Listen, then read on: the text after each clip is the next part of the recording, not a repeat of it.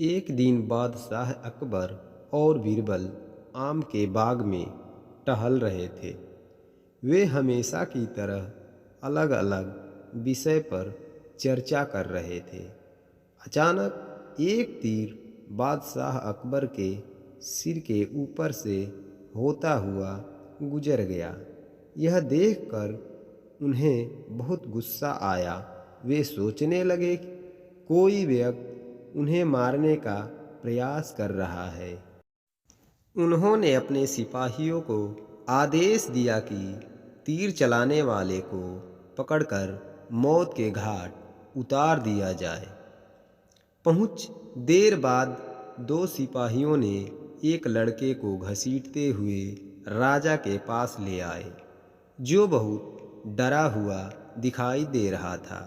एक सिपाही ने कहा, जहाँपना, इसी लड़के ने आप पर तीर चलाया है।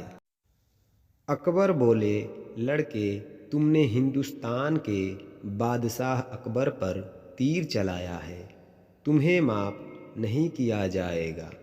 नहीं नहीं, मैंने ऐसा कुछ नहीं किया, लड़का रोता हुआ बोला।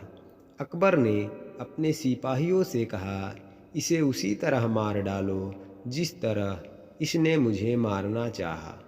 इसे पकड़ो और इस पर तीर चलाओ। अगर यह नहीं मर पाया तो याद रखना, तुम सबको मौत के घाट उतार दिया जाएगा। बादशाह अकबर आज वाकई बहुत गुस्से में थे। वह लड़का ज़ोर ज़ोर से रोने लगा।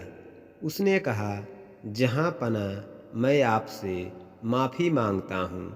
मेरा विश्वास करें कि मैं आपको मारने का प्रयास नहीं कर रहा था।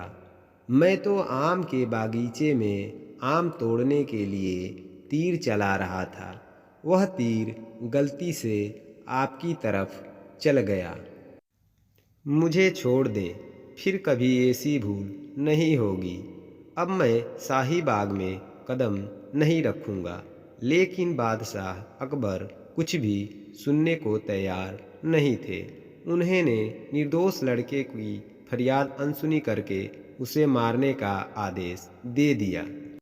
बीरबल जानते थे कि इसमें उस लड़के की कोई गलती नहीं है और अकबर उसे मारने का हुक्म सुनाकर उचित नहीं कर रहे हैं। उन्होंने उस लड़के की जान बचाने का निर्णय किया। वे किसी के प्रति अन्याय नहीं सकते थे। तभी सिपाहियों ने लड़के को आम के पेड़ से बांध दिया। जब एक सिपाही उस पर तीर चलाने लगा तो बीरबल ने उसे रोक दिया। यह देखकर अकबर को बहुत बुरा लगा। वे बोले, बीरबल, तुम्हारी इतनी मजाल कि तुम मेरे आदेश में व्यवधान डालने का प्रयास करो।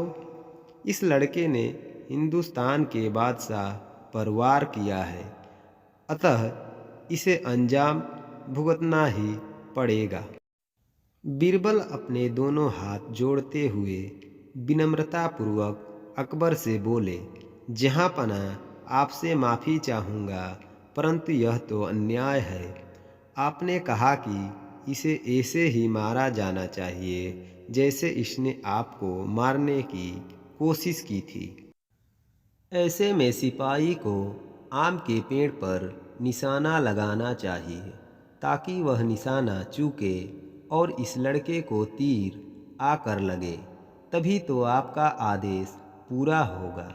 बीरबल के यह शब्द सुनकर बादशाह अकबर को एहसास हो गया कि वे गुस्से में आकर एक मासूम लड़के की जान लेने जा रहे थे। उन्होंने उस लड़के की जान बख्श और उसे आमों के टोकरे के साथ विदा किया। उस दिन बादशाह अकबर ने बीरबल से अकेले में बात करते हुए धन्यवाद दिया और बोले, बीरबल, तुम उन चापलूसों में से नहीं हो जो मेरी हाँ में हाँ मिलाते हैं। आज तुम्हारी वजह से उस लड़के की जान बच गई, वरना मेरे हाथों एक बेगुनाह का खून हो जाता। यह सुनकर बीरबल मुस्कुराने लगे।